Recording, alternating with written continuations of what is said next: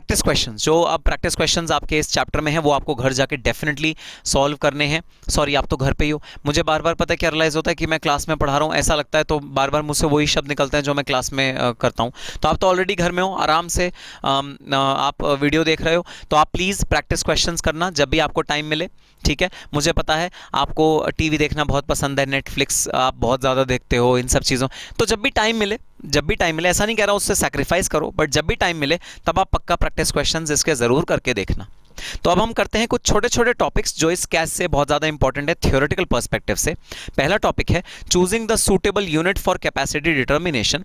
तो guidance note ने आपको गाइडेंस दी कि कौन कौन से कैपेसिटी के तरीके किन किन सिचुएशंस में अप्लाई हो सकते हैं। तो भाई बहुत सारे कैपेसिटी के तरीके होते हैं। कई बार लोग आउटपुट क्वांटिटी को चूज करते हैं, कई बार लोग आर्स को चूज करते हैं। आपके पास मशीन आवर्स कितनी है आप उसको चूज करते हैं। कई लोग दोनों को मिक्स करके कोई नया वेरिएंट निकाल देते हैं।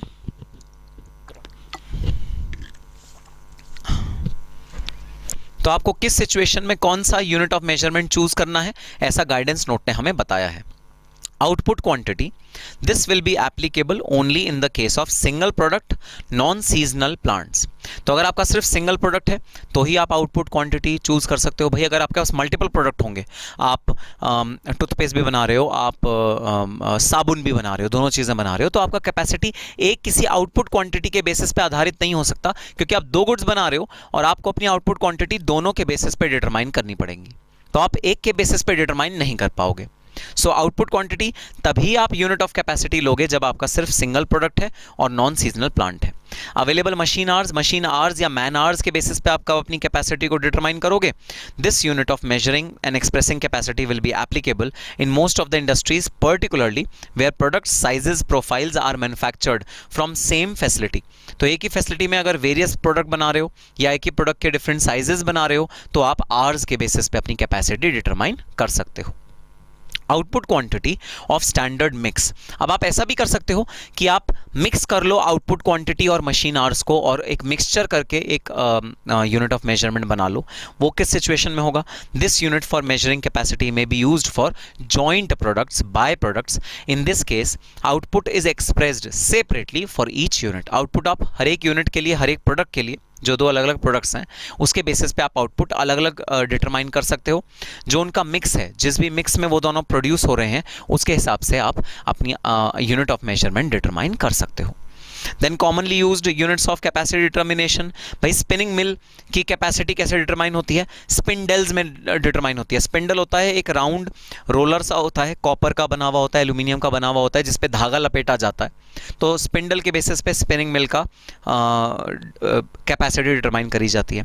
Hospital, sir number of available beds, जितने बेड्स अवेलेबल हैं हॉस्पिटल में मल्टीप्लाई बाय 365, वो आपकी आएगी इंस्टॉल्ड कैपेसिटी ऑफ हॉस्पिटल्स।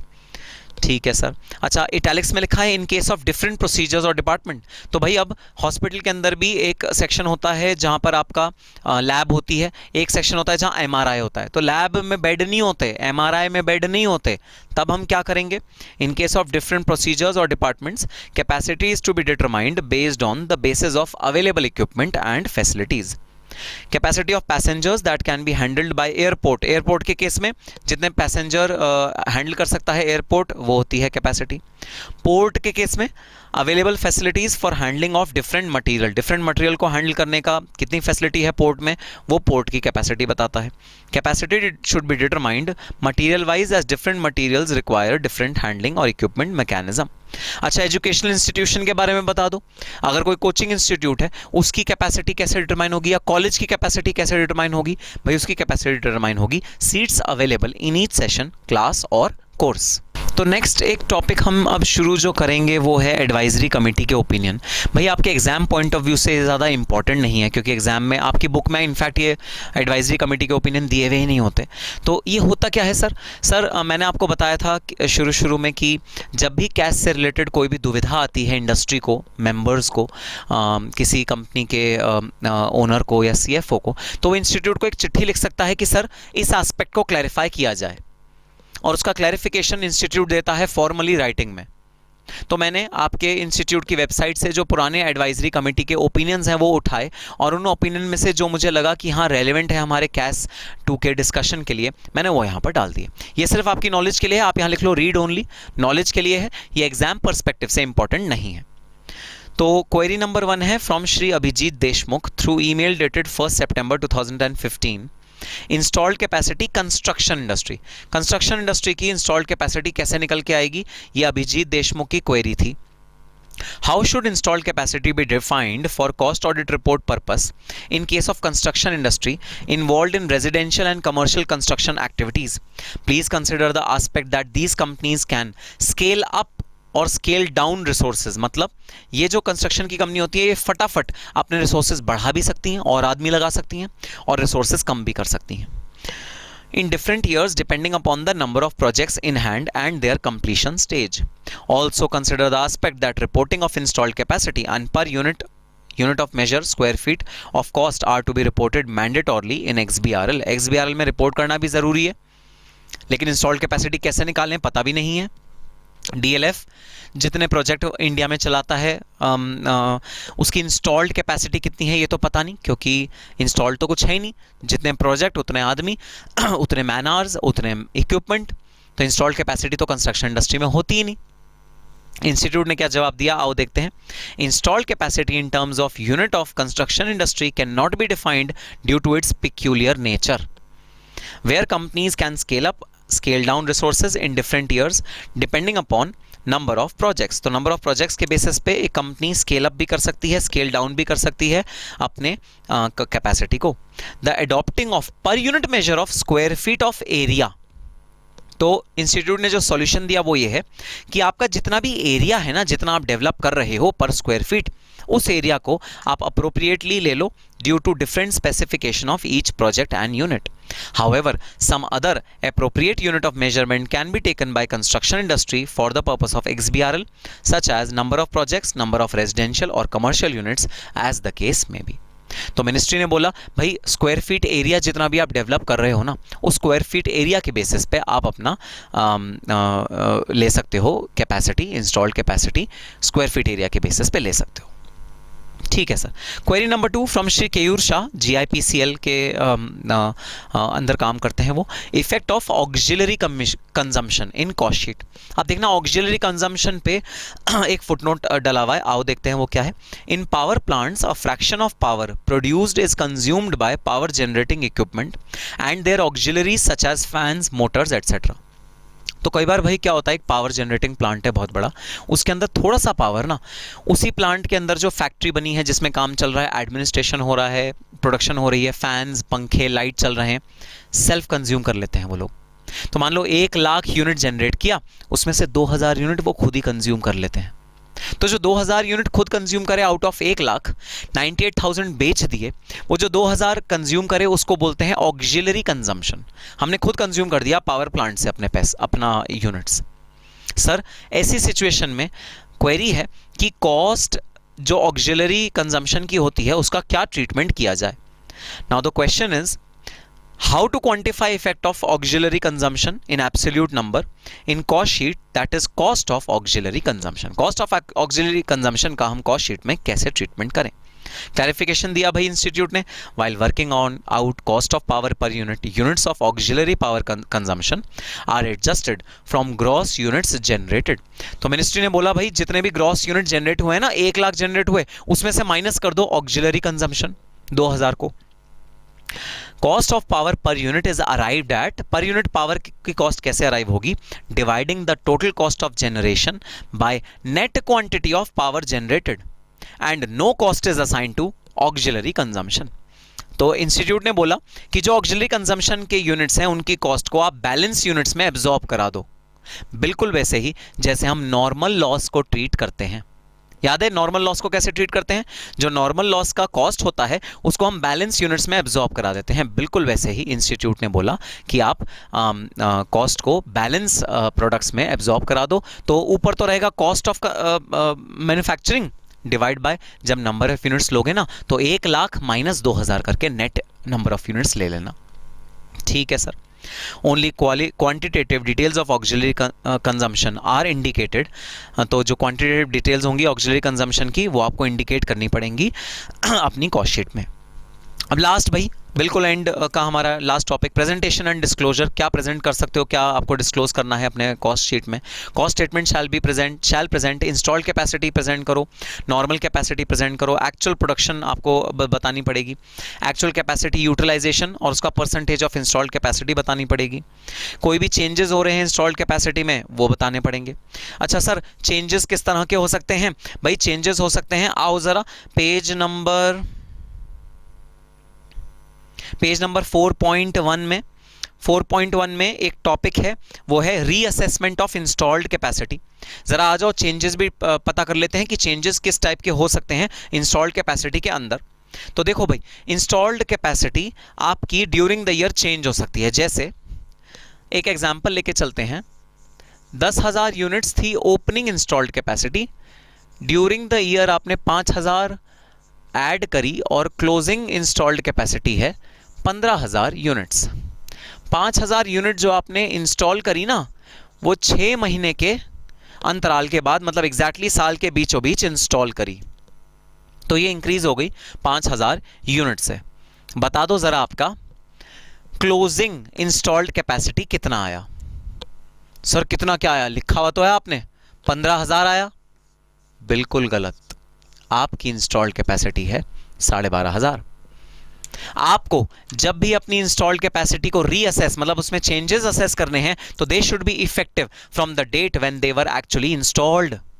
तो बताना 5,000 किस दिन इंस्टॉल हुआ, साल के बीचों बीच इंस्टॉल हुआ, प्रो रेटा कर दूंगा मैं इसका, 12,500 क्लोजिंग कैपेसिटी नजर आएगी।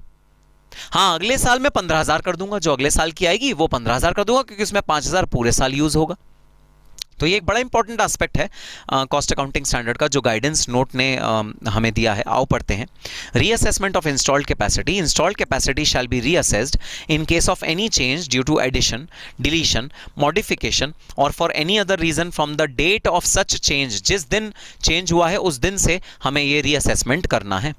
In case any modifications are made in some machinery or balancing equipment are added subsequently and this results in enhanced installed capacity, the installed capacity shall be reassessed. Installed capacity को आपको reassess करना पड़ेगा।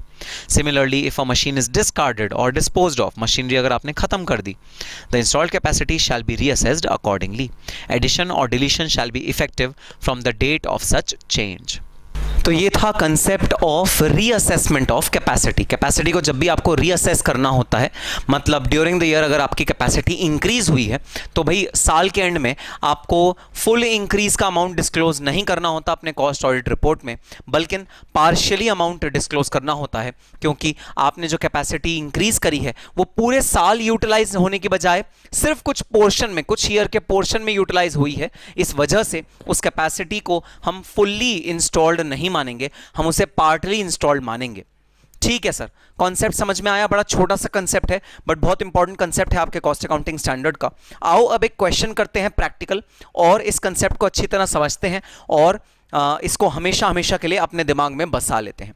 तो आओ start करते हैं। Illustration number A1। Rolls-Royce India Private Limited has established its car manufacturing unit in India in 2012. During the beginning of financial year 2014-15, the company had an installed capacity of assembling 12,000 cars per annum. तो शुरुआत में financial year 14-15 के उसके पास जो installed capacity थी वो थी 12,000 cars एक साल में बनाने की capacity. The company made an additional investment in its plant which enhanced the capacity by 4,000 cars from 1st of January 2015. Actual cars assembled during the year were 12,000. Compute the actual capacity utilization. आपको actual capacity utilization compute करके लाना है। ठीक है sir, बात समझ में आ गई। So illustration A1.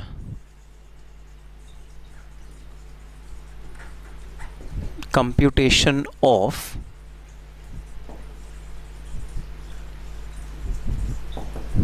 actual capacity utilization of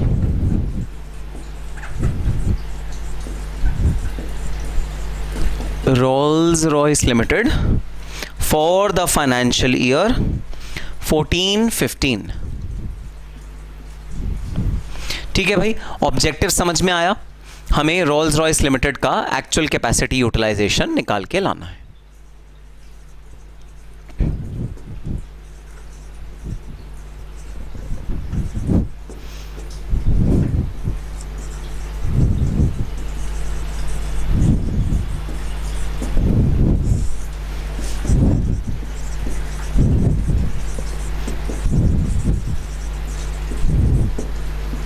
सो ये मैंने लिख दिया फॉर्मूला एक्चुअल कैपेसिटी यूटिलाइजेशन का। ज़रा तुम क्वेश्चन में से देख के बता दो, क्या एक्चुअल कैपेसिटी तुम्हें ऑलरेडी गिवन है? हाँ सर, एक्चुअल कैपेसिटी हमको ऑलरेडी गिवन है, वो है 12,000 कार्स। अब हमको निकाल के लानी है इंस्टॉल्ड कैपेसिटी। अगर इंस्टॉल्ड कैपेसिटी हम और निकाल के ले आए तो हमारा क्वेश्चन हो जाएगा सॉल्व। तो भाई 2 लाइनें छोड़ देना कंक्लूजन लिखने के लिए और उसके बाद स्टार्ट करना working note number 1। Computation of installed capacity of Rolls-Royce Limited for the financial year 2014-15। 14-15 के लिए आपको इंस्टॉल्ड कैपेसिटी निकालनी है भाई।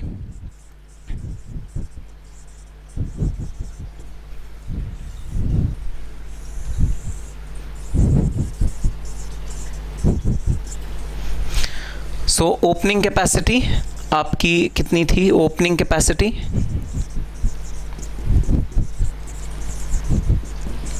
as on 1st April 2014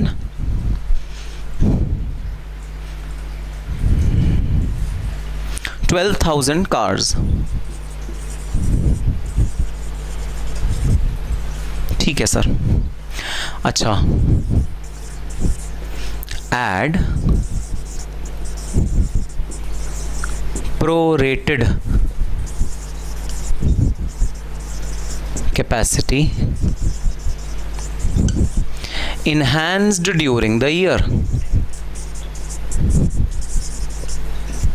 add prorated capacity enhanced during the year। prorated मतलब हम लोग उस कैपेसिटी को फुल कंसिडर नहीं करेंगे, हम उस कैपेसिटी को पार्शियल कंसिडर करेंगे। ठीक है सर, बात समझ में आ गई। सो प्रोरेटेड 4,000 टोटल था, ये पूरे साल का होता, लेकिन एक्चुअली में ये सिर्फ 3 महीने का हमारा एडिशन हुआ। क्योंकि ये एडिशन भाई किस महीने में हुआ? ये हुआ हमारा एडिशन 1 जनवरी 2015 को एडिशन हुआ। तो बस ये कुछ समय के लिए ही हमारे पास रही। तो 1 जनवरी 2015 टू 31 मार्च 2015, इस पीरियड के दौरान ये कार्स हमारे पास रहीं, ये इंस्टॉल्ड कैपेसिटी हमारे पास रही। तो क्लोजिंग इंस्टॉल्ड कैपेसिटी कितनी आई भाई? कैश 2 के according sir closing installed capacity I 13,000। ये है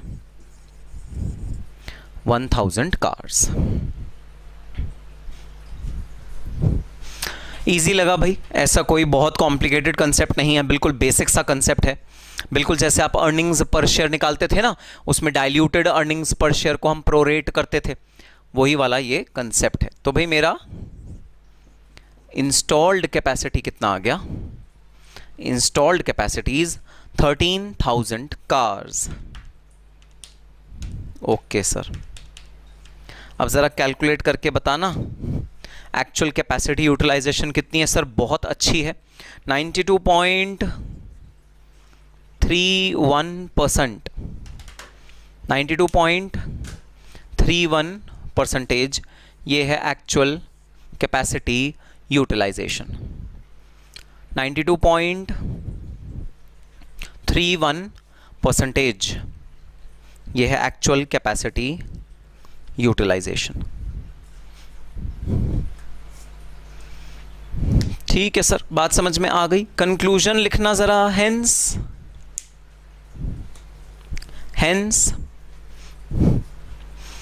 the actual capacity utilization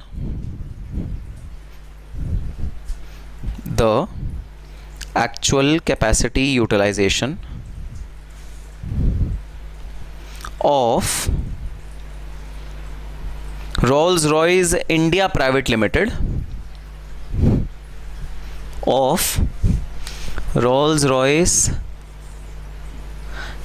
Private Limited is computed as 92.31%, is computed as 92.31%। तो भाई एग्जाम में तो कभी नहीं पूछा गया इस वाले टॉपिक से सवाल, लेकिन क्योंकि कॉन्सेप्ट बहुत स्ट्रेट फॉरवर्ड है, बहुत सिंपल है, तो उम्मीद है कि एग्जाम में अगर कभी फ्यूचर में एग्जामिनर ने कुछ हटके पूछना चाहा तो इस वाले कंसेप्ट से क्वेश्चन आ सकता है। तो this was illustration number A1। आओ वापस डिस्क्लोजर के सेक्शन में आ जाते हैं। आपको डिस्क्लोज करना है any changes in installed capacity due to modification, addition, disposal in machine and equipment. Then in case some machine are taken on lease or some machines are leased out, their impact in terms of increase or decrease in capacity should be disclosed separately. In case of low capacity utilization compared to installed capacity, controllable and uncontrollable reasons for the same should be disclosed. तो अगर आपने capacity low utilize करी है, उसका आप uncontrollable reason और controllable reason disclose करोगे। In case of excess capacity utilization, the same shall be disclosed in absolute terms and in terms of percentage. Abnormal cost due to underutilization of capacity, वो भी आपको disclose करनी पड़ेगी। तो ये हैं आपके प्रेजेंटेशन और डिस्क्लोजर के रिक्वायरमेंट विद रिस्पेक्ट टू कैस 2। तो हाँ, आज हमने एक बहुत इंपॉर्टेंट कैस 2 आपका ख़त्म किया। ये कैस एग्ज़ाम में 8-10 नंबर का भी पूछा जा सकता है। थ्योरी प्रैक्टिकल दोनों पर्सपेक्टिव से ये वाला कैस बहुत ज़्यादा इंपॉर्टेंट है। तो आप प्लीज़ ये वाला कैस एकदम ढंग से करना, और हम मिलेंगे अपने अगले सेशन में। टिल दैट टाइम, अगले सेशन में हम कैस 3 शुरू करने वाले हैं। Till that time, all the very best and happy studying. कहने से पहले प्रैक्टिस क्वेश्चन कर लेना प्लीज, ज्यादा दिमाग मत लगाना टीवी सीरियल में, नेटफ्लिक्स में और कार्टून में और इन सब चीजों में। प्लीज प्रैक्टिस क्वेश्चन कर लेना। All the best and happy studying. Hello and welcome everyone and welcome to this session of cost accounting standards. तो हाँ, हमने एक बहुत इंपॉर्टेंट कॉस्ट अकाउंटिंग स्टैंडर्ड खत्म किया, वो था cost accounting standard 2। Cost accounting standard 2 capacity determination, जो भाई प्रैक्टिकल और थ्योरी दोनों पर्सपेक्टिव से बहुत ज़्यादा इंपॉर्टेंट। मैंने आपको बताया है बार बार लगातार बराबर रेगुलरली इस कॉस्ट अकाउंटिंग स्टैंडर्ड से क्वेश्चन पूछे जा रहे हैं। कॉन्टिन्यूसली ये कॉस्ट अकाउंटिंग स्टैंडर्ड एग्जाम में आ रहा है। So very important cost accounting standard 2 capacity determination.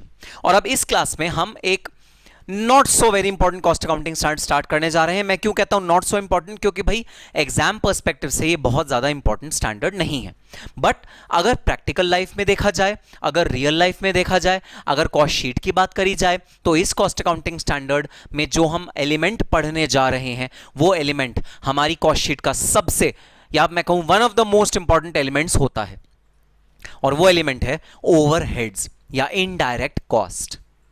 तो ये कॉस्ट अकाउंटिंग स्टैंडर्ड जो हम आज शुरू करने जा रहे हैं, कॉस्ट अकाउंटिंग स्टैंडर्ड 3, इसका नाम है production and operation overheads. Production and operations overhead, और इसको मैं प्यार से नाम देता हूं भूत कैश या घोस्ट कैश। तो भाई ये घोस्ट होता क्या है? सर घोस्ट माने एक ऐसी चीज जो एक्चुअल में तो नहीं है, लेकिन आपको लग रहा है कि वो है। तो एक्चुअल में वो चीज नहीं है, लेकिन आपको लग रहा है कि वो है, और क्योंकि आपको लग रहा है कि वो है, तो आपको उस चीज से डर लग रहा है, आपको उस चीज से घबराहट हो रही है और आप उस चीज से अनकॉन्फिडेंट सा फील कर रहे हो। आपकी जो ऊर्जा थी, आपकी जो पावर थी, आपकी जो स्फूर्ति थी, वो कहीं ना कहीं कम हो रही है। किसकी वजह से? इस भूत की वजह से या इस घोस्ट की वजह से, जो एक्चुअली में नहीं है लेकिन आपको लग रहा है कि ये है। इसलिए इस कैस का नाम है भूत कैस, क्योंकि ये कैस भी आपको लग रहा है कि है लेकिन एक्चुअली में ये नहीं है। सर पहेलियां मत बुझाओ, एक्चुअल में कैस पे आओ। भाई तुम्हें पता है कैस शुरू करने से पहले मैं तुम्हें सुनाता हूं एक कहानी, तो आओ कैस 3 शुरू करने से पहले मैं तुम्हें सुनाता हूं एक कहानी। और इस बार ये कहानी मेरी नहीं है भाई, इस बार ये कहानी है एक बहुत उत्साही, बहुत हिम्मत वाली लड़की की, जिस लड़की का नाम है अरुणिमा सिन्हा।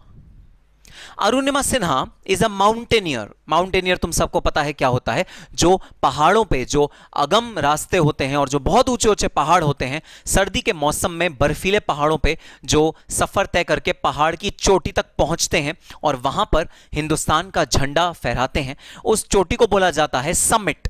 ये समिट पे पहुंचते हैं और वहां पर ये झंडा फहराते हैं हिंदुस्तान का। तो एक तरह से सिंबॉलिक होता है कि हाँ, हिंदुस्तान ने इस चोटी पर फतेह हासिल करी। तो बता दो जरा, हिंदुस्तान की नहीं बल्कि वर्ल्ड की सबसे ऊंची समिट या सबसे ऊंचा माउंटेन कौन सा है? वो है माउंट एवरेस्ट। और जी हां, इस लड़की ने माउंट एवरेस्ट को फतेह किया है। माउंट एवरेस्ट पे इसने हिंदुस्तान का झंडा गाड़ा है। सर इसमें क्या बड़ी बात हुई? माउंट एवरेस्ट तो पता नहीं कितने लोग जा चुके हैं, लड़के लड़कियां दोनों, और ना केवल इंडियंस बल्कि राउंड द वर्ल्ड से लोग इंडिया में आते हैं और माउंट एवरेस्ट को फतेह करते हैं। इसमें क्या बड़ी बात हो गई?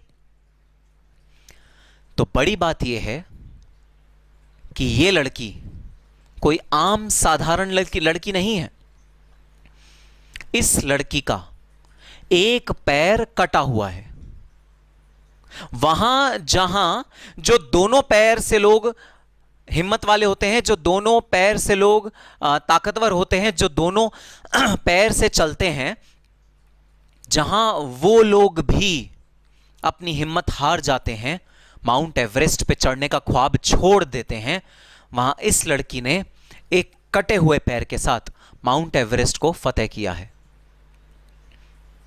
जिनके 2 पैर होते हैं उनके पास भी माउंट एवरेस्ट को चढ़ते वक्त जान गंवाने का खतरा मौजूद होता है, क्योंकि माउंट एवरेस्ट में ऑक्सीजन लेवल इतना कम है कि इंसान वहां पर जिंदा रह ही नहीं सकता कुछ मिनटों के अलावा।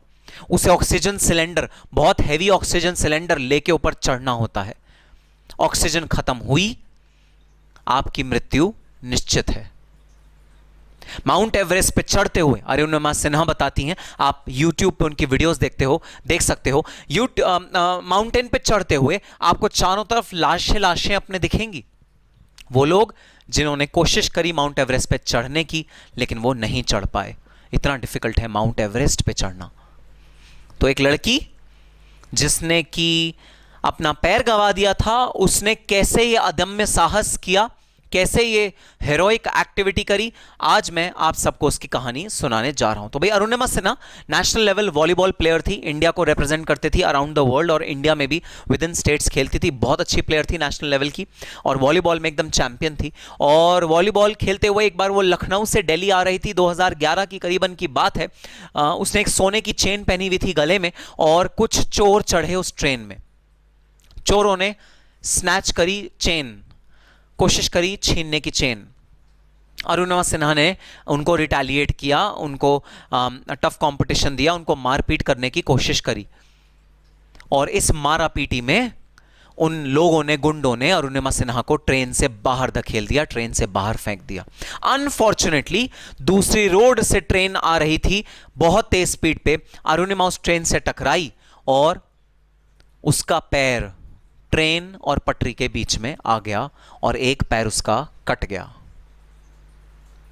सारी रात अरुणिमा सिन्हा दर्द से करहाती रही और आवाज लगाती रही, मुझे बचा लो, मुझे बचा लो, लेकिन कोई भी बचाने के लिए उसको उस समय नहीं आया।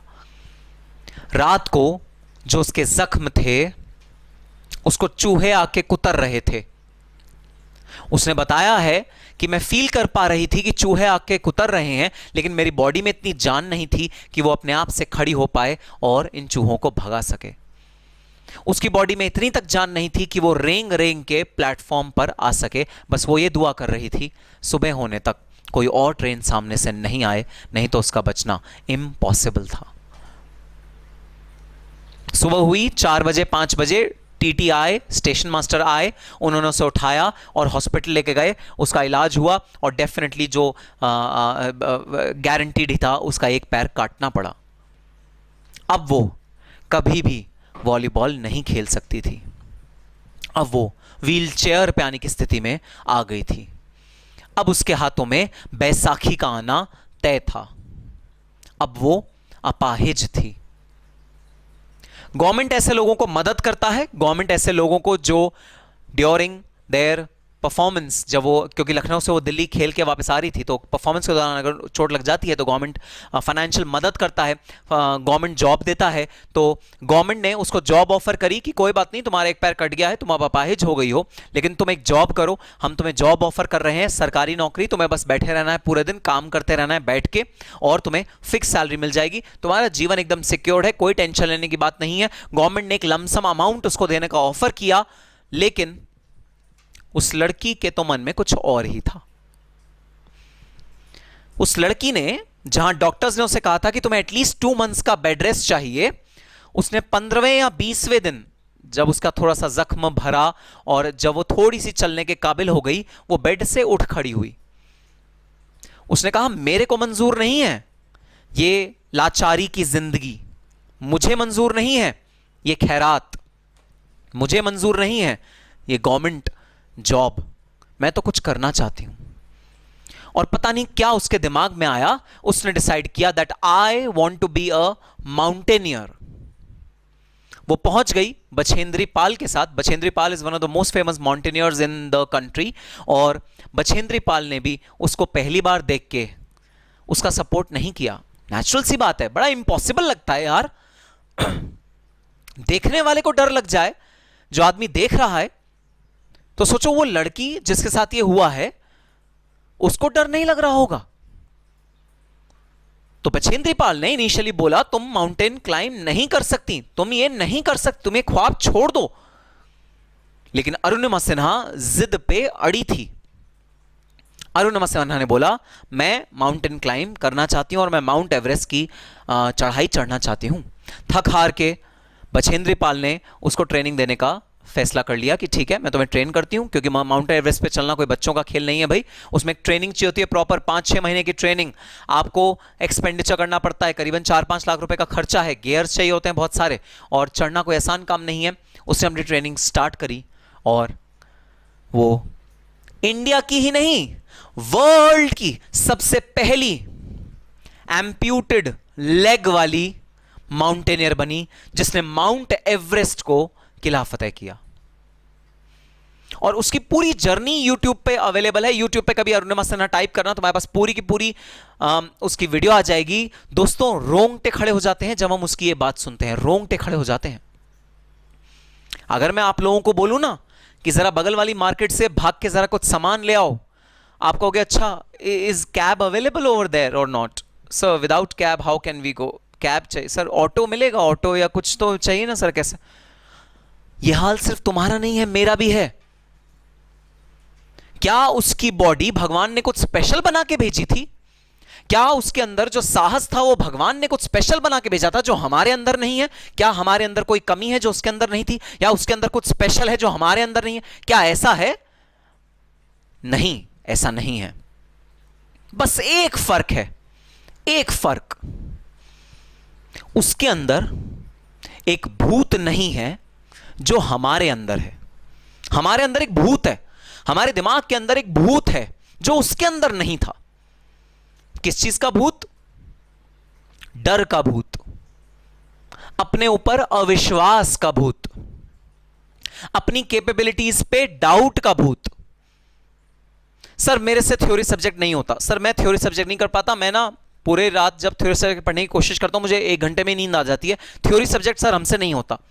सर होल्डिंग के क्वेश्चन इतने डिफिकल्ट है, मैं सोच रहा हूं मैं होल्डिंग छोड़ के चला जाऊं। सर होल्डिंग हमसे नहीं हो पा रहा, होल्डिंग बड़ा डिफिकल्ट है सर। सर जीएसटी में ये जो क्लेम्स होते हैं, जो टैक्स क्लेम्स होते हैं, इनपुट क्रेडिट क्लेम, सर ये वाला टॉपिक मुझे नहीं समझ में आ रहा सर, मुझसे नहीं हो रहा सर, मैं ये नहीं कर सकता सर। फॉरेक्स डेरिवेटिव्स ये सब मेरे बस की नहीं है, I am very very bad at it, और सर मुझे बहुत डर लगता है जैसे मैं बुक खोलता हूं, सर ये मेरे से नहीं हो सकता। बस यही जो भूत हमारे दिमाग में बैठा है, जो एक्चुअली में है नहीं, SFM, CFR, GST, BVM, SPM, सब तुम बहुत अच्छे से कर सकते हो, बस अगर ये भूत तुम अपने दिमाग से निकाल दो तो। ये भूत कि मेरी टांग कट गई है और अब मैं अपाहिज हूं और अब मैं कुछ नहीं कर सकती, अरुणिमा सिन्हा ने अपने दिमाग से निकाल के बाहर कर दिया था। और जैसे ही उसने ये भूत अपने दिमाग से निकाल के बाहर कर दिया, उसने माउंट एवरेस्ट, इंडिया की सबसे बड़ी चोटी, चढ़ ली, उसको किला फतेह कर ली। और जी हां, जब आप अपने दिमाग से ये भूत निकाल दोगे ना, नेगेटिविटी का भूत, क्योंकि देखो जागते तो तुम शादियों में भी हो, जब अपनी सिस्टर की शादी होती है, फ्रेंड की शादी होती है, पूरी रात एनर्जेटिक रहते हो ना, पूरे दिन धूमधाम मस्ती खूब करते हो ना, वहां पर तो नींद आती, नींद तो अगले दिन सुबह सुबह आती है, वहां तो नहीं आती नींद। तो पढ़ाई करते हुए ही नींद क्यों आती है? ये भूत तुम्हें सुला देता है जो यहां पर बसा हुआ है, क्योंकि वहां मजा आ रहा है ना, वहां पर तुम भूत को रियलाइज ही नहीं करते। लेकिन यहां क्योंकि तुम्हें मजा नहीं आ रहा, तुम अनकॉन्फिडेंट हो अपने बारे में, इसलिए तुम यहां पर बार बार बार बार उस भूत को रियलाइज करते हो। उस भूत को रियलाइज करना छोड़ दो, माउंट एवरेस्ट तुम्हारा होगा। अपने दिमाग से ये बात निकाल दो कि मैं एक एवरेज स्टूडेंट हूं सर। सर 11th से ना मेरे बड़े एवरेज मार्क्स आए थे सर, 12th में भी ना मैंने एवरेज परफॉर्म किया था सर, मैं बहुत ज्यादा इंटेलिजेंट नहीं हूं। ये भूत अपने दिमाग से निकाल दो, क्योंकि जो इंटेलिजेंट बच्चा होता है उसके पास भी उतना ही दिमाग है जितना तुम्हारे पास है, बस फर्क ये है वो बंदा हार्ड वर्किंग होता है, परजीवेरेंस उसके पास होता है। परजीवेरेंस मतलब लगातार अगर कोई गलती हो रही है तो बार बार उसको दोहराना, परजीवेरेंस उसके साथ होता है, और वो अपने गोल के लिए कमिटेड होता है। अगर हार्डवर्क, परजीवरेंस और कमिटमेंट तुम्हारे गोल के लिए तुमने अपने मन में जगा लिया, तुमने अपने दिमाग में जगा लिया, तो माउंट एवरेस्ट को फतेह करने से तुम्हें कोई नहीं रोक सकता। The only thing which can stop you from success is you yourself. No one else can stop you from your success. और ये जो तुम्हारे अंदर का भूत है, जो एक्चुअली में नहीं है, तुमने बना रखा है, बिठा रखा है, यही तुम्हारे फेलियर का कारण बनता है, यही तुम्हारे फेलियर का राज बनता है। जिस दिन यह भूत हमने अपने दिमाग से निकाल दिया, उस दिन हम सक्सेसफुल हो जाएंगे। तो यह थी एक छोटी सी कहानी भूत के बारे में। और आओ अब हम अपने टॉपिक पे चलते हैं। सर यह भूत कैसे है? प्रोडक्शन एंड ऑपरेशन ओवरहेड्स, इसका भूत से क्या रिलेशनशिप है? अच्छा भाई, मैं तुम्हें समझाता हूं, ठीक है। अब देखो, दो टाइप के एक्सपेंस तुमने बचपन से पढ़े होंगे, एक तो डायरेक्ट और एक indirect. Direct expenditure, indirect expenditure, बचपन से हमने कॉस्टिंग में दो तरह के एक्सपेंस पढ़े हैं। अच्छा, इनडायरेक्ट एक्सपेंडिचर का ही दूसरा नाम होता है ओवरहेड्स। दोनों का सेम मतलब इनडायरेक्ट एक्सपेंस या ओवरहेड्स। हम क्या पढ़ने जा रहे हैं? हम ये वाला लेग पढ़ने जा रहे हैं, इनडायरेक्ट एक्सपेंस या ओवरहेड्स। और मैं तुम्हें क्या बता रहा हूं? मैं तुम्हें बता रहा हूं सर ये ऐसा कुछ होता ही नहीं, ये एक भूत है, भूत। There is nothing called overheads. There is nothing called indirect taxation, indirect expenses. Sir इसका क्या मतलब जरा समझा दीजिए। अच्छा समझना अब इसका क्या मतलब। Expenses which are directly allocable to a particular cost center are known as direct expenses। हमने डेफिनेशन पढ़ी थी। वो एक्सपेंसेस जो किसी एक कॉस्ट सेंटर पर डायरेक्टली एलोकेट हो पाए, तुम कह सको ये वाला खर्चा इस वाले कॉस्ट सेंटर के लिए है, उस एक्सपेंस को हम बोलते हैं direct expenditure. And the expenses which can not be allocated on a particular cost centre in a direct manner, that is known as indirect expenses या ओवरहेड्स। अब मैं तुम्हें बोल रहा हूं there is nothing which cannot be directly allocated to a particular cost center। ऐसा कुछ होता ही नहीं जो एक पर्टिकुलर कॉस्ट सेंटर में डायरेक्टली एलोकेट ना कर सको तुम। सर ग्रीस, ऑयल, जो लुब्रिकेंट्स आते हैं, जो लुब्रिकेंट्स आते हैं वो पूरी फैक्ट्री के लिए इकट्ठे आते हैं। अब जब वो पूरी की पूरी फैक्ट्री के लिए इकट्ठे आते हैं तो सर जिसको भी जब जितनी जरूरत होती है वो वहां से उठाता है और अपनी मशीनरी में, production cost centre A B C तीनों कॉस्ट सेंटर्स हैं, कभी ए उठा के ले गया, कभी बी उठा के ले गया, कभी सी उठा के ले गया, जब जिसकी मर्जी आई वो उठा के ले गया। सर ये हुआ ना इनडायरेक्ट एक्सपेंडिचर, जो डायरेक्टली एलोकेबल नहीं कर सकते तुम तीनों में से, तुम ये नहीं बता सकते ये किसने यूज किया, क्योंकि तीनों ने पता नहीं किस प्रोपोर्शन में यूज किया। अच्छा तुम कह रहे हो ये एलोकेट नहीं हो सकता, मैं एलोकेट करके दिखाता हूं। तुम ऐसा करो, जो ग्रीस का कंटेनर रखा है जहां भी वो रखा है उसके बगल में एक लड़का रखो। लड़का कोई क्वालिफाइड नहीं चाहिए, ऐसे कोई ग्रेजुएट या 12th पास चाहिए, बस ज्यादा कोई पढ़ा लिखा नहीं चाहिए। उसकी रिस्पॉन्सिबिलिटी ये कि production cost centre A B C से जब लोग ग्रीस लेने आए तो वो जितना मिलीमीटर लें उतना वो रिकॉर्ड कर ले कि ए ने 1 किलो लिया, बी ने 1.5 किलो लिया, सी ने 2.5 किलो लिया, रिकॉर्ड कर ले और रजिस्टर में लिखता जाए। और मंथ के एंड में हम ए का टोटल देख लेंगे तो वो खर्चा ए का डायरेक्टली एलोकेबल हो गया, फिर बी का देख लेंगे, बी का डायरेक्टली एलोकेबल हो गया, सी का देख लेंगे, सी का डायरेक्टली एलोकेबल हो गया हमारा काम, डायरेक्ट एलोकेशन हो गया खर्चे का। बताना ये इनडायरेक्ट कैसे हुआ, ये तो डायरेक्ट एक्सपेंडिचर हो गया। अच्छा सर ये एग्जांपल तो ठीक है सर। सर अच्छा एक और एग्जांपल ले लेते हैं। रिसेप्शनिस्ट की सैलरी, जो लड़की रिसेप्शन पे बैठी है, सर फैक्ट्री में हमारे एक रिसेप्शन है जहां पर हम रिसेप्शनिस्ट है, उसकी सैलरी है सर, वो कॉल्स अटेंड करती है production cost centre A B C तीनों के लिए। उसका काम है कि वो कॉल उठाती है और जो भी क्वेरी होती है उसको समझती है और वो जिस भी प्रोडक्शन कॉस्ट सेंटर की होती है ना क्वेरी, उसको वो एलोकेट कर देती है, मतलब वो कॉल वहां ट्रांसफर कर देती है। ये काम है उस लड़की का। सर ओवरहेड है, इनडायरेक्ट एक्सपेंडिचर है, तीनों के लिए काम कर रही है, पता नहीं किसके लिए कितना काम कर रही है। अच्छा तुम एक काम करो, तुम एक गैजेट बनाओ। गैजेट आजकल टाइम शीट करके लैपटॉप पे या टैब में टाइम शीट करके एक हमारा ऐप आता है, ऐप।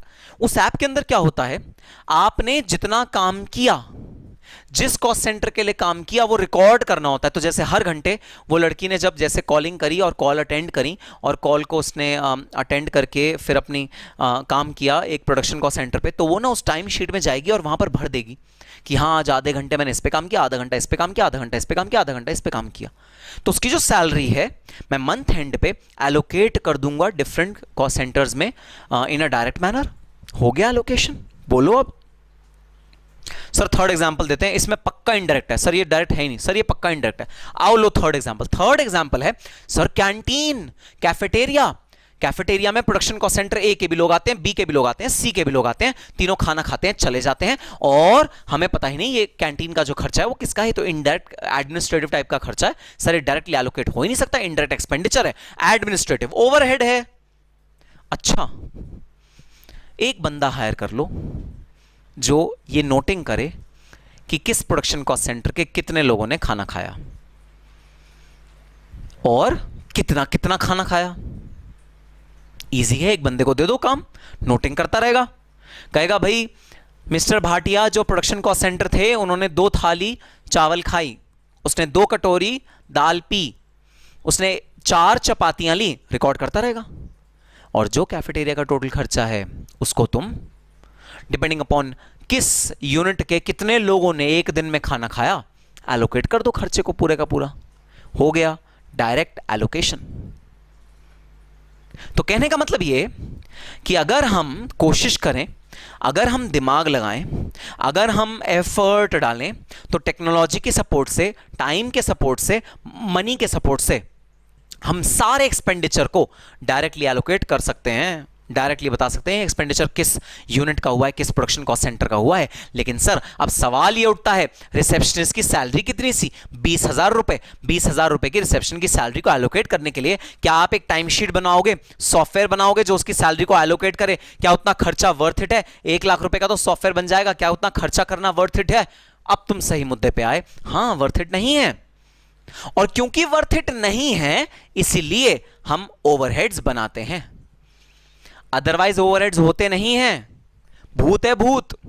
लेकिन क्योंकि हम आलस करते हैं, आलस से ज्यादा क्योंकि हम अपनी कॉस्ट बचाना चाहते हैं, क्योंकि हमें फीजिबल नहीं लगता, इकोनॉमिकली फीजिबल नहीं लगता, इकोनॉमिकली मतलब मॉनेटरीली हमें फायदा नहीं लगता इस काम का करने का, इसलिए हम ये काम नहीं करते और इसीलिए ओवरहेड्स इजाद में आ जाते हैं।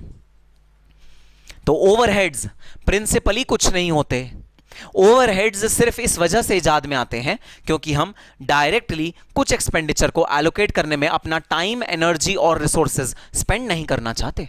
इकोनॉमिकली फीजिबल नहीं है ये जायज़ या ये समझदारी भरी बात नहीं है कि हम अपने ओवरहेड्स को किसी प्रपोर्शन में डिवाइड करें, किसी प्रपोर्शन में उसे अपोर्शन करें। ये बात जायज़ बात नहीं है। अगर ये बात जायज़ बात नहीं है तो भाई हम लोग ओवरहेड्स बनाते हैं। तो ओवरहेड्स एक्चुअली में नहीं होते, भूत हैं वो भूत। वो क्यों आए हैं? वो इसलिए आए हैं क्योंकि डायरेक्टली हर एक्सपेंस को एलोकेट करना इकोनॉमिकली फीजिबल नहीं है। और इसीलिए सिर्फ और सिर्फ आपके याद करने के पर्सपेक्टिव, देखो ये एग्जाम में मत लिख के आना ये होते नहीं, ये भूत हैं, ये मैंने सिर्फ आपके याद करने के पर्सपेक्टिव से एक थ्योरी डेवलप करी है जिससे आपको नाम भी याद रहे कैश का और उसका इंप्लीकेशन भी याद रहे और ये वर्ड्स जरूर याद रहे। वर्ड्स देखना मैं क्या बोलने जा रहा हूं, in an economically feasible manner. अब देखना डायरेक्ट एक्सपेंस की डेफिनेशन क्या है। डायरेक्ट एक्सपेंस की डेफिनेशन है expenses that are directly allocable to a particular cost centre in an economically feasible manner. क्योंकि कैश को भी पता है सारे के सारे एक्सपेंडिचर डायरेक्टली एलोकेबल होते हैं, लेकिन सारे के सारे एक्सपेंडिचर इकोनॉमिकली फीजेबल मैनर में डायरेक्टली एलोकेबल नहीं होते। कैश को भी यह बात पता है।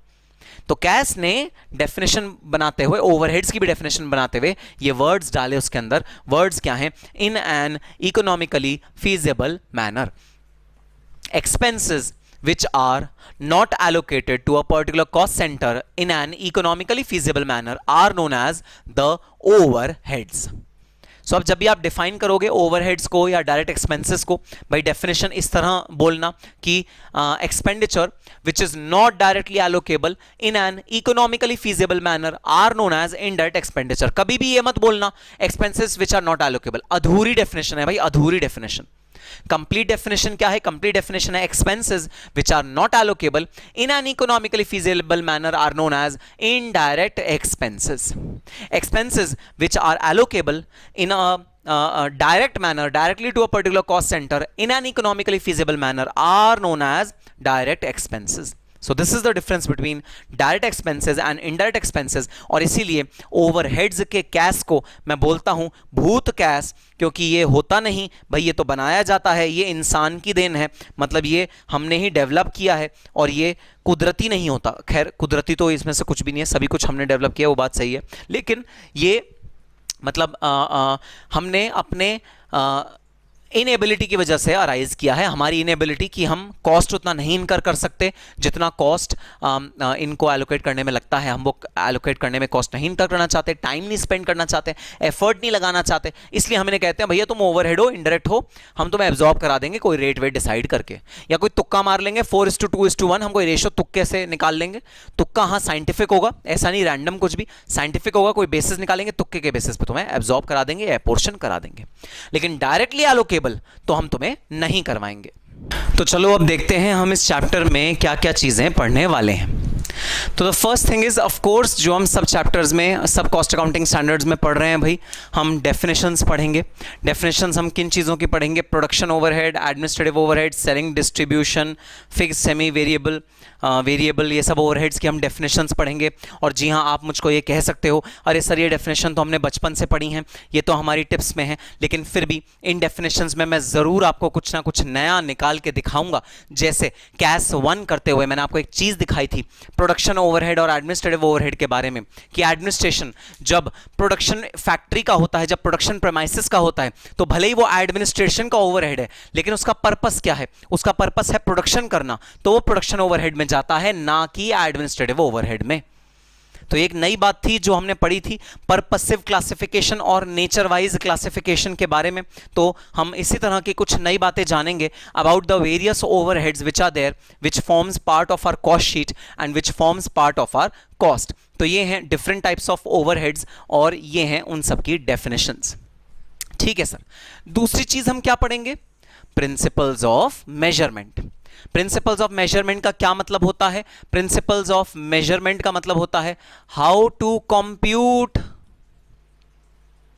कॉस्ट। भाई कॉस्ट को कंप्यूट कैसे करना है, और अगर एक और भाषा में लिखा जाए तो एलिमेंट्स to be included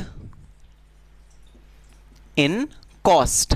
हमारे केस में कौन सी कॉस्ट? हमारे केस में ओवरहेड्स की कॉस्ट। तो ओवरहेड्स की कॉस्ट को कैसे कंप्यूट किया जाता है, कौन कौन से एलिमेंट्स हैं जो उनमें इंक्लूड करे जाते हैं, कौन कौन से एलिमेंट हैं जो इंक्लूड नहीं करे जाते, हम ये डिटेल में पढ़ेंगे about production and operations overheads.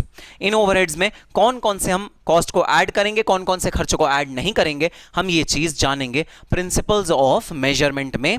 और इसके दो पार्ट्स होंगे भाई, हम दो पार्ट्स में इसको एनालाइज करेंगे।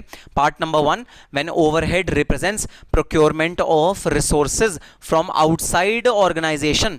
तो जब हम अपनी ऑर्गेनाइजेशन से बाहर किसी ओवरहेड को प्रोक्योर करते हैं, तो जैसे मैं आपको एग्जांपल देता हूं भाई, जो साफ सफाई होता है, जो मेंटेनेंस का काम होता है, वो हो सकता है कंपनी अपने ही अंडर लोगों को हायर करे और उनसे साफ सफाई कराए, या कंपनी आउटसोर्स कर दे। वो बोले कि भाई सुनो G4S सिक्योरिटी का कंपनी है, ऐसे बहुत सारी मेंटेनेंस की कंपनीज भी होती हैं, तो सुनो ABC मेंटेनेंस कंपनी, जरा हमारी कंपनी की सारी मेंटेनेंस का भार तुम अपने सर पे ले लो, एक भी मिट्टी का दाना दिखा मुझे अगर मेरी कंपनी के अंदर, तो मैं तुम्हें दोषी करार दूंगा और तुम मंथली इतने पैसे हमसे ले लो। लोग तुम्हारे आएंगे, आदमी तुम्हारे आएंगे, मटेरियल तुम्हारा होगा, झाड़ू तुम्हारी होगी, सब कुछ तुम्हारा होगा, हम मंथली बेसिस पे बस तुम्हें फिक्स्ड चार्ज देंगे। तो दो तरीके मेंटेनेंस कराने के, या तो खुद करो या किसी और से बाहर से करवा लो। तो हम उन्हीं दो एस्पेक्ट्स को जानेंगे कि उन दोनों के केस में कॉस्ट कैसे असर्टेन होनी चाहिए। नंबर 1, जब ओवरहेड्स आउटसाइड द ऑर्गेनाइजेशन से प्रोक्योर हो रहे हैं, और दूसरा जब overheads within the organisation से प्रोक्योर हो रहे हैं, मतलब हमने अपने लोग रखे हैं साफ सफाई करने के लिए, हमारे अपने लोग हैं, हम झाड़ू अपनी खरीद रहे हैं, हम जो कूड़ेदान है वो अपना खरीद रहे हैं, हम साफ सफाई का ध्यान खुद रख रहे हैं, तो वो होगा overheads representing utilisation of resources within the organisation. भाई जैसे जैसे स्पेशलाइज का जमाना आता जा रहा है ना, स्पेशलाइजेशन का दौर आता जा रहा है, वैसे वैसे एक नीड है कि बिजनेसमैन को अपने कोर बिजनेस पे ध्यान देना चाहिए। बिजनेसमैन को उल्टी सीधी चीजें, आसपास की चीजें आउटसोर्स कर देनी चाहिए। बहुत ज्यादा ये ट्रेंड आने लगा है कि अब सारा काम बिजनेसमैन को खुद करने की कोशिश नहीं करनी चाहिए, उसे काम आउटसोर्स करने में ज्यादा दिमाग लगाना चाहिए। ऐसा ट्रेंड आता जा रहा है इंडस्ट्री में। उस ट्रेंड की वजह से ओवरहेड्स या तो विद इन द ऑर्गेनाइजेशन इनकर हो सकते हैं, या हम आउटसाइड द ऑर्गेनाइजेशन से आउटसोर्स कर सकते हैं अपने ओवरहेड्स को। दोनों ऑप्शन में हम कैसे ओवरहेड्स को मेजर करेंगे, मतलब कॉस्ट कैसे कंप्यूट करेंगे, कौन कौन से एलिमेंट इंक्लूड करेंगे, हम ये डिटेल में पढ़ेंगे। डिटेल में तो हम कैश में पढ़ेंगे, आओ ब्रीफ में पढ़ लेते हैं, एकदम छोटे में, बिल्कुल ब्रीफ में, कि क्या प्रिंसिपल होंगे। भाई अगर तुमने आउटसोर्स किया है, मतलब किसी थर्ड पार्टी को बोल दिया ये ओवरहेड्स मुझे इनकर करने हैं, मुझे कैंटीन में खाना बनवाना है, मुझे साफ सफाई करानी है अपने ऑफिस की, फैक्ट्री की, तुम आओ और तुम मेरे ये इसमें ये काम कर लो और तुम्हें मैं फिक्स्ड मंथली चार्ज दे दूंगा। अगर ऐसी सिचुएशन है तो आपकी जो कॉस्ट होगी वो होगी इनवॉइस और अग्रीड प्राइस।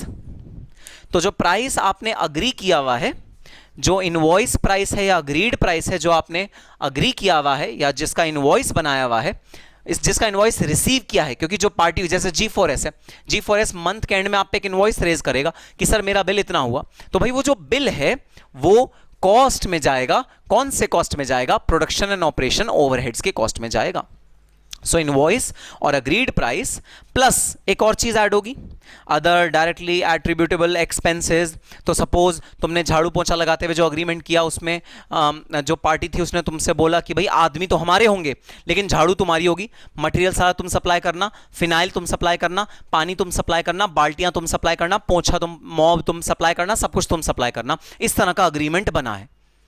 अगर इस तरह का अग्रीमेंट बना है तो जो आपने उस पार्टी को पे किया for their human resource, for their manpower, plus any other directly attributable expense, कोई भी और expense जो directly attribute हो सकता है, कोई भी टैक्स, कोई भी डायरेक्ट टैक्स, इनडायरेक्ट टैक्स, कोई भी जो डायरेक्टली एट्रीब्यूटेबल हो सकता है इस पर्टिकुलर ओवरहेड के लिए, वो ऐड हो जाएगा। और सिचुएशन नंबर 2, जब आपने किसी बाहर के आदमी को नहीं हायर किया, आपने विद इन द ऑर्गेनाइजेशन के अंदर जब आपने अपने ओवरहेड्स को इनकर करने का फैसला किया और अपने ओवरहेड्स को आप विद इन द ऑर्गेनाइजेशन ही अंडरटेक कर रहे हो, तब क्या होगा? जो भी आपने कॉस्ट इनकर करी in connection with such resources, जो भी आपने खर्चा किया, क्योंकि अगर आप विद इन द ऑर्गेनाइजेशन कर रहे हो तो ऑब्वियसली खर्चा आप खुद कर रहे हो ना, तो जो भी आपने खर्चा किया इस ओवरहेड को पूरा करने के लिए, इस ओवरहेड को बनाने के लिए, इस ओवरहेड को एक्सपेंस आउट करने के लिए, वो सारा खर्चा आप टोटल कर दोगे। Cost incurred in connection with such resources, in resources में जितनी भी कॉस्ट लगेगी वो सारी की सारी आपकी कॉस्ट होगी। नेचुरली भाई जब हमने प्रोक्योर किया था तब जो कॉस्ट हमें बाहर पे करनी पड़ी थी वो वाली कॉस्ट हमने ऐड कर दी as cost of the overhead. यहां हमने खुद इनकर करी तो जो कॉस्ट हमने खुद इनकर करी हमने वो ऐड कर दी एज ओवरहेड। तो डिपेंडिंग अपॉन आप बाहर से खर्चा करवा रहे हो या खुद खर्चा कर रहे हो उसके अकॉर्डिंग आपकी कॉस्ट डेवलप हो जाएगी। ठीक है सर, ये बात समझ में आ गई। थर्ड क्या चीज हम पढ़ेंगे भाई इस चैप्टर में? थर्ड हम पढ़ेंगे assignment and absorption of overheads. अब मैंने आपको बताया था कि भाई है तो भूत, लेकिन अब भूत है तो है, एक्यूमुलेट तो होगा। अगर एक्यूमुलेट हो गया तो फिर जरूरत पड़ेगी कि इसे कैसे असाइन किया जा सके, डिफरेंट डिफरेंट कॉस्ट सेंटर्स में से कैसे तोड़ा मरोड़ा जा सके, कैसे एलोकेट किया जा सके, इस चीज की जरूरत पड़ेगी। वो जरूरत कैसे पूरी होगी, किस बेसिस पे हम उसे डिवाइड करेंगे, वो हम पढ़ेंगे असाइनमेंट और एब्जॉर्प्शन ऑफ ओवरहेड्स। हम कैसे असाइन करेंगे इन ओवरहेड्स को डिफरेंट कॉस्ट सेंटर्स में, कैसे इस कॉस्ट को एब्जॉर्ब कराएंगे डिफरेंट कॉस्ट सेंटर्स में, वो हम यहां पर पढ़ेंगे। क्योंकि भाई सिर्फ एक्यूमुलेट करके अगर आपने रख दी वो कॉस्ट और उसको असाइन नहीं किया डिफरेंट कॉस्ट सेंटर्स में तो हमारा काम आधा ही रहा, हमारी कॉस्ट शीट पूरी नहीं हो पाई, हमारी कॉस्ट शीट अधूरी रह गई, फिर पर्पस पूरा नहीं हुआ। तो पर्पस पूरा तभी होगा जब इनडायरेक्ट कॉस्ट एक तो आइडेंटिफाई करो, सबसे पहले यहां पर हम आइडेंटिफाई करेंगे, फिर हम मेजर करेंगे, मतलब उसे उसकी गणना करेंगे, उसको कॉस्ट को कंप्यूट करेंगे, फिर उसे असाइन कर देंगे to the different cost centres. तब हमारा चक्र पूरा हो जाएगा, जो हमारा साइकिल है वो पूरा हो जाएगा ओवरहेड्स का। तो ओवरहेड का साइकिल ही ऐसे होता है, आइडेंटिफाई करो, मेजर करो, मतलब कॉस्ट कितनी है, टोटल अमाउंट बताओ, एलोकेट करो, हमारा ओवरहेड का साइकिल पूरा हो गया। तो इस साइकिल को पूरे करने की जो लास्ट कड़ी है वो कड़ी है असाइनमेंट और एब्जॉर्प्शन ऑफ द ओवरहेड्स। और इसके दो मेजर प्रिंसिपल्स हैं, वो हैं cause and effect relationship and benefits received. तो अब मान लो आपने 1,00,000 रुपए का खर्चा इकट्ठा कर लिया, ये ओवरहेड है भैया आपका, मान लो प्रोडक्शन ओवरहेड है, ओवरहेड है जो प्रोडक्शन में काम आया है। प्रोडक्शन में ना आपके दो प्रोडक्ट्स थे ए और बी, दोनों का ओवरहेड मिला के हो गया 1,00,000। अब सवाल ये उठता है भाई ये जो 1,00,000 रुपए हमने इनकर किया ए और बी के लिए, वो ए और बी में किस रेशो में दें, 50-50, 70-30, 60-40, 10-90, कौन से रेशो में दें, सवाल ये उठता है।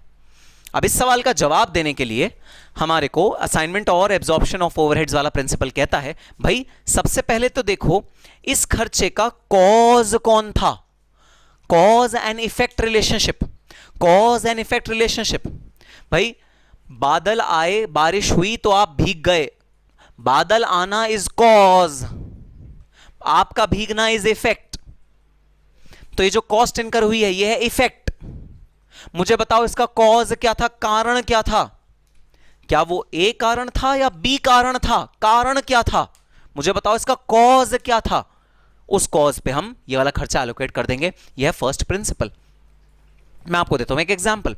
भाई हमारी जो एकेडमी है जहां हम फेस टू फेस क्लासेस लेते हैं दिल्ली में, उस एकेडमी में हमारे रूम्स हैं जहां पर स्टूडेंट्स बैठते हैं, सामने हम पढ़ाते हैं और बच्चे पढ़ रहे होते हैं, और उस रूम में प्रोजेक्टर्स लगे होते हैं। अब भाई एक टीचर है, वो टीचर एक स्पेशल टाइप का प्रोजेक्टर ही यूज करता है। वो कहता है नहीं मैं व्हाइट बोर्ड पे नहीं पढ़ा सकता, मुझे तो एक प्रोजेक्टर चाहिए जिससे मैं यहां पर लिख रहा हूं और पीछे बड़ा होके बोर्ड पे आए और मैं उस टाइप की चीज में करता हूं। तो एकेडमी ने क्या किया, उस टीचर के लिए स्पेसिफिकली एक प्रोजेक्टर खरीदा और हर साल उस प्रोजेक्ट पर कुछ एएमसी के खर्चे लगते थे। तो भी उस प्रोजेक्टर पे जो एएमसी के खर्चे के, प्रोजेक्टर तो कैपिटलाइज होगा, वो खर्चा एक्सपेंस नहीं है, वो तो कैपिटलाइज होगा, लेकिन उस पे जो एएमसी का खर्चा हुआ वो एक्सपेंस आउट होगा। अगर वो एक्सपेंस आउट होगा तो बताना कॉज एंड इफेक्ट रिलेशनशिप का अगर तुम हवाला दो तो वो एएमसी का खर्चा किस टीचर पे एलोकेट होना चाहिए, सर उसी टीचर पे 100% कर दो, सर उसी टीचर पे एलोकेट करो जिसने ये प्रोजेक्टर मंगवाया है। This is the first principle of cause and effect relationship. दूसरा प्रिंसिपल बेनिफिट्स रिसीव्ड, किसको बेनिफिट्स मिल रहे हैं उस वाले खर्चे से। तो अब देखना होता क्या है, बहती गंगा में सब हाथ धोते हैं, सबका पर्पस सॉल्व हो जाए फ्री में तो सब अच्छा होता है भाई। तो भाई सीधी सी बात है, उस टीचर ने बोला मुझे एक स्पेशल टाइप का सॉफ्टवेयर चाहिए, वो सॉफ्टवेयर नहीं, प्रोजेक्टर चाहिए, उसको प्रोजेक्टर लाया गया। अब जब उसको प्रोजेक्टर पे सब टीचर्स ने पढ़ाते हुए देखा, तो टीचर्स ने उससे इंस्पिरेशन ली, भाई उससे थोड़ा सा इंस्पायर हुए, उन्होंने कहा हम भी इस प्रोजेक्टर पे पढ़ाएंगे। तो जब उन सर की क्लास नहीं होती थी तो और सारे जो टीचर्स थे वो भी उस प्रोजेक्टर पे पढ़ाते थे। तो जो दूसरा प्रिंसिपल है वो है कॉज एंड इफेक्ट छोड़ दो, तुम ये बताओ बेनिफिट्स किस किस को रिसीव हो रहा है, और जिस प्रपोर्शन में बेनिफिट्स रिसीव हो रहे हैं उस प्रपोर्शन में तुम कॉस्ट को एलोकेट कर दो। तो भाई फर्स्ट जो प्रेफरेंस दी जाती है वो पहले वाले प्रिंसिपल को दी जाती है, कॉज एंड इफेक्ट, जिसकी वजह से खर्चा हुआ वो बियर करना चाहिए उसको पूरा का पूरा कॉस्ट। और जो दूसरा प्रिंसिपल है वो है भाई जिसको बेनिफिट हुए, बेनिफिट्स रिसीव्ड, जिसको बेनिफिट्स हुए उस हिसाब से खर्चे को एलोकेट कर दो। तो ये दो प्रिंसिपल्स हैं जो आपके एब्जॉर्प्शन और असाइनमेंट के कैस ने बताए हैं। इसके अलावा और भी तरीके हो सकते हैं, लेकिन वो हम नहीं फॉलो करेंगे क्योंकि वो कैस ने नहीं बोला। इन्हीं दोनों में से एक तरीका आप फॉलो करोगे absorption and assignment of overheads का। ठीक है सर, डिटेल में पढ़ेंगे कॉस्ट अकाउंटिंग स्टैंडर्ड में कि इन दोनों का डेफिनेशन क्या है, क्या एग्जांपल्स हैं इससे रिलेटेड, एकदम डिटेल में पढ़ेंगे। और लास्ट अपना वही भाई presentation and disclosure, crystal clear पर प्रेजेंटेशन रखो एकदम। जो आपका प्रेजेंटेशन होना चाहिए, डिस्क्लोजर होना चाहिए, वो एकदम बेपाक होना चाहिए, ट्रांसपेरेंट होना चाहिए। हाँ, ये वर्ड मैं ढूंढ रहा था, ट्रांसपेरेंट होना चाहिए। ट्रांसपेरेंसी रखो अपने प्रेजेंटेशन में और डिस्क्लोजर में। जो जो चीज़ें हैं जो यूज़र को जानने लायक हैं उनको अलग से डिस्क्लोज करो, सेपरेटली डिस्क्लोज करो, क्लियरली डिस्क्लोज करो, क्योंकि यूज़र क्रिटिकल इंफॉर्मेशन जानना चाहता है, ऐसी इंफॉर्मेशन जो उसके डिसीजन को इंपैक्ट कर सकती है या जो उसको डिसीजन लेने में मदद कर सकती है। यूज़र जानना चाहता है उस तरह की इंफॉर्मेशन को, तो वो इंफॉर्मेशन प्रेजेंट करो और डिस्क्लोज करो इन अ सूटेबल मैनर। अब कैश ने आपको कौन कौन सी चीजें डिस्क्लोज करने के लिए बोली गई हैं, अगेन ये कंप्लीट लिस्ट नहीं है, मैंने कुछ चुनिंदा एग्जांपल्स की तरह उठाया हुआ है। कंप्लीट लिस्ट बुक में है जो आपको पढ़नी होगी और हाँ याद भी करनी होगी। 6 मार्क्स का कई बार क्वेश्चन पूछ लिया जाता है, what are the disclosure requirements of cash 2 या कैश 3 या कैश 6। तो आपको सारी प्रेजेंटेशन एंड डिस्क्लोजर की रिक्वायरमेंट्स पढ़नी पड़ेंगी, अच्छे से आपको पता होनी चाहिए। आओ कुछ एग्जांपल्स देखते हैं। अंडर एंड ओवर एब्जॉर्प्शन, जहां पर भी एब्जॉर्प्शन की कहानी आती है वहां पर भाई अंडर या ओवर एब्जॉर्प्शन तो होता ही होता है। तो आपने जो ओवरहेड्स थे उनको 10,000 यूनिट जो नॉर्मल कैपेसिटी है उस पर आपने एब्जॉर्ब करने का फैसला किया। ईयर एंड में आपको पता लगा आप सिर्फ 8,000 ही बना पाए, 2,000 यूनिट का आपका अंडर एब्जॉर्ब रह गया ओवरहेड, या ओवर एब्जॉर्ब कर लिया आपने। आप 10,000 का लेके चले थे साल के शुरू में, आपने जो एक्चुअली यूनिट्स बनाए वो बनाए 12,000, ओवर एब्जॉर्ब कर लिया आपने। तो अंडर या ओवर एब्जॉर्प्शन अगर आपका हुआ ओवरहेड्स का तो भाई आपको क्लियरली डिस्क्लोज करना पड़ेगा, प्रेजेंटेशन में क्लियरली दिखाना पड़ेगा कि हाँ ये ओवर या अंडर एब्जॉर्प्शन है। Next forex, foreign exchange. तो अगर आपका कोई भी ओवरहेड फॉरेन एक्सचेंज में इनकर हुआ है, मतलब आपने जो खर्चा आउटसाइड ऑर्गेनाइजेशन से जो खर्चा प्रोक्योर किया ना, वो आपने इंडिया की कोई G4S नहीं हायर करी, कोई यूएस की बड़ी स्ट्रिक्ट कोई सिक्योरिटी एजेंसी थी वो हायर करी, उसको पेमेंट भी फॉरेन एक्सचेंज में हुई। तो ऐसा कोई भी ओवरहेड जो फॉरेन एक्सचेंज में इनकर किया गया है सेपरेटली डिस्क्लोज करना पड़ेगा। नेक्स्ट रिलेटेड पार्टी, आपने जो ओवरहेड प्रोक्योर किया वो किसी थर्ड पार्टी से नहीं किया, वो किसी ऐसी पार्टी जिससे आपका कोई रिलेशनशिप नहीं था उससे नहीं किया। आपने अपनी ही सिस्टर कंसर्न, अपनी ही ग्रुप कंपनी, अपनी ही सब्सिडरी, अपनी ही होल्डिंग, अपनी ही किसी ना किसी कनेक्टेड एंटरप्राइज से ऑब्टेन किया। अब यहां पर बात यह आ जाती है कि भाई बताओ आपने आर्म्स लेंथ प्राइस पे ऑब्टेन किया या नहीं किया। आर्म्स लेंथ प्राइस क्या होती है भाई? आर्म्स लेंथ प्राइस होती है इनकम टैक्स में हमने पढ़ा है सेक्शन 92E, जिसके अंदर ये बताया गया है कि कोई भी ट्रांजैक्शन जो आप रिलेटेड पार्टी के साथ करते हो वो उस प्राइस पे होनी चाहिए जिस प्राइस पे अनरिलेटेड पार्टी के साथ आप ट्रांजैक्शन करो। क्योंकि आप अगर रिलेटेड पार्टी के साथ ट्रांजैक्शन कर रहे हो तो भाई आपकी मर्जी होगी जिस भी प्राइस पे कर लो। तो अपनी रिलेटेड पार्टी के साथ ट्रांजैक्शन करने का क्या मतलब है? आप अपनी एक जेब से पैसा निकाल रहे हो, दूसरी जेब पे रख रहे हो। अब वो पैसा चाहे 10 रुपए हो, 100 रुपए हो, 1000 रुपए हो, क्या फर्क पड़ता है? आपका पैसा आप ही की तो जेब में आ रहा है। तो आप टैक्स इवेड करने के लिए या अपने फाइनेंशियल स्टेटमेंट्स को विंडो ड्रेस करने के लिए आप हो सकता है रिलेटेड पार्टी के साथ जो ट्रांजैक्शन है उसे या तो ज़्यादा रेट पे दिखाओ या कम रेट पे दिखाओ, डिपेंडिंग अपॉन योर। अगर आपको अपना कॉस्टिंग प्रॉफिट हाई करना है, सपोज आपको अपना कॉस्टिंग प्रॉफिट हाई करना है, आप अपने ओवरहेड्स को कम दिखाओगे कि हमारे ओवरहेड्स कम हुए हैं, जबकि आपने रिलेटेड पार्टी से वो ओवरहेड्स ले लिए सस्ते दामों पे, आप दिखाओगे कम है, कम आपके ओवरहेड्स हो गए, आपका कॉस्टिंग प्रॉफिट बढ़ जाएगा। या अगर किसी साल में आप कॉस्टिंग प्रॉफिट कम दिखाना चाहते हो, आप अपने ओवरहेड्स बढ़ा दोगे जो रिलेटेड पार्टी को आपने दिए हैं, रिलेटेड पार्टी को जो आपने करे हैं, क्योंकि थर्ड पार्टी तो आपसे कम ज्यादा नहीं लेगा ना, वो तो वही रेट लेगा जो मार्केट रेट है, लेकिन जो रिलेटेड पार्टी है वो आपके बस में है। आप चाहो तो उससे कम ज्यादा का माल खरीद सकते हो, आपकी मर्जी, आपने अग्रीमेंट साइन किया मैं कम का माल खरीदूंगा तुमसे या ज्यादा का माल खरीदूंगा, और आपने उन ओवरहेड्स को कम या ज्यादा अपनी कॉस्ट शीट में डिस्क्लोज कर दिया। इसका रिजल्ट क्या हुआ? इसका रिजल्ट ये हुआ कि आपका कॉस्टिंग प्रॉफिट या तो कम हो गया या ज्यादा हो गया। इसलिए मैंडेटरी रिक्वायरमेंट है कि भाई रिलेटेड पार्टी के साथ अगर कोई भी ट्रांजैक्शन हुई है, वो ट्रांजैक्शन आपको सेपरेटली डिस्क्लोज करनी पड़ेगी। और याद करना जरा, एनेक्जर रिव्यू करते हुए हमने क्या पढ़ा था? एनेक्जर रिव्यू करते हुए हमने साफ साफ पढ़ा था कि भाई रिलेटेड पार्टी के साथ जो भी ट्रांजैक्शन होती है उसको डिस्क्लोज करना पड़ता है, उसका नॉर्मल प्राइस भी डिस्क्लोज करना पड़ता है और ट्रांसफर प्राइस भी डिस्क्लोज करना पड़ता है। तो आप उसका नॉर्मल प्राइस डिस्क्लोज करोगे और transfer price disclose. Normal price मतलब अगर आप वो ट्रांजैक्शन किसी थर्ड पार्टी के साथ करते, कॉम्प्रोमाइज वाली सिचुएशन में, मतलब अनरिलेटेड पार्टी होती, वो अनरिलेटेड थी और आपकी free from any bias, free from any prejudice होती, कोई इन्फ्लुएंस नहीं होता आप पे, अगर आप ऐसी किसी पार्टी के साथ ट्रांजैक्शन करते तो वो ट्रांजैक्शन कितने रुपए की करते? This is the normal price. और दूसरा आप करोगे ट्रांसफर प्राइस। ट्रांसफर प्राइस मतलब आपने एक्चुअली में वो कितने रुपए का बेचा है सामान, जो आप बाहर तो बेचते 10 रुपए का, आपने यहां पर बेचा है 15 रुपए का। बाहर से आप अगर खरीदते वो तो खरीदते 50 रुपए का, यहां क्योंकि आपकी रिलेटेड पार्टी थी आपने खरीदा 20 रुपए का, ताकि आपका कॉस्टिंग प्रॉफिट बढ़ जाए, आपके खर्चे कम हो और आपका कॉस्टिंग प्रॉफिट बढ़ जाए। तो रिलेटेड पार्टी से जो भी ट्रांजैक्शन होंगी भाई वो डिस्क्लोज करनी मैंडेटरी है, जरूरी है।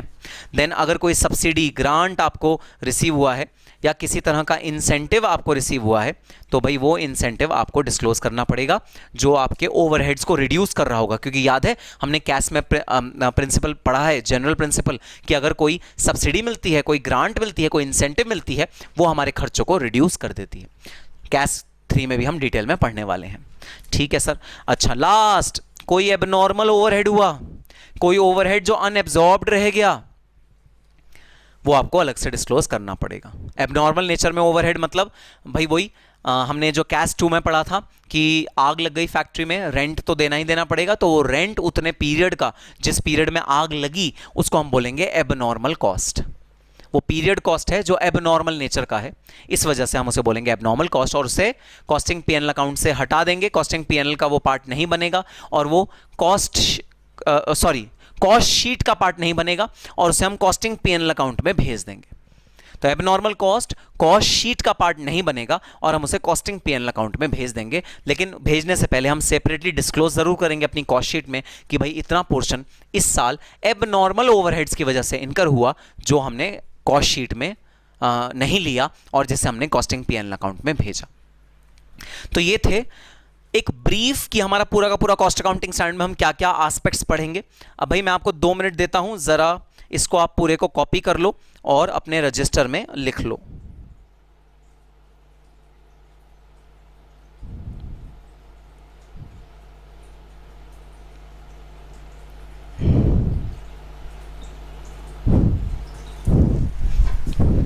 ठीक है सर, हमने नोट डाउन कर लिया।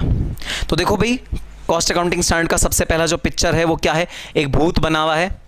You think that it's there but in reality it's not, it's known as ghost. Sometimes it is created by your imagination, आपकी इमेजिनेशन की वजह से ये क्रिएट होता है। Overheads are also actually not there but they are created due to some inevitable situations। तो कुछ situations हैं, कुछ परिस्थिति हैं जिनकी वजह से overhead बनता है। एक्चुअली में overhead करके कुछ भी चीज़ नहीं होती। तो आओ अब स्टार्ट करते हैं अपना कॉस्ट अकाउंटिंग स्टैंडर्ड का ऑपरेटिव पार्ट।